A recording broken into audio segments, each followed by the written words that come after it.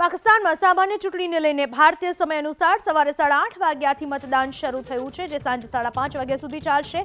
જ્યારે મતદાન પૂર્ણ થયા બાદથી જ મતગણતરી શરૂ થશે.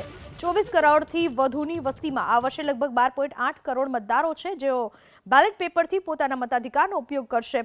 પાકિસ્તાનની નેશનલ એસેમ્બલીમાં કુલ 336 સીટો છે, જેમાંથી 266 બેઠક ઉપર ચૂંટણી યોજાઈ રહી છે, જ્યારે 60 બેઠક મહિલાઓ માટે અને 10 બિન મુસ્લિમ માટે છે. નાણાકીય અવરોધો હોવા છતાં પાકિસ્તાનનું ચૂંટણી પંચ છેલ્લી 4 ચૂંટણીઓની સરખામણીમાં આ ચૂંટણીમાં સૌથી વધુ ખર્ચ કરી રહ્યું છે. ચૂંટણી પંચના આંકડા મુજબ આ ચૂંટણીમાં લગભગ 1000 કરોડ રૂપિયાનો ખર્ચ કરવામાં આવી રહ્યો છે. આજે પાકિસ્તાનના લોકો તેમની નવી સરકારને ચૂંટશે, ત્યારે પ્રશ્ન એ છે કે દેશની કમાન કોણ સંભાળશે?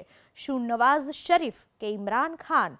જો કે ઇમરાન ખાન અત્યારે જેલમાં છે અને તેમની પાર્ટી પર ઘણા પ્રતિબંધો છે અને તેમનો મુકાબલો નવાઝ શરીફની પાર્ટી PMLN અને ઝરદારીની પાર્ટી PPP વચ્ચે છે.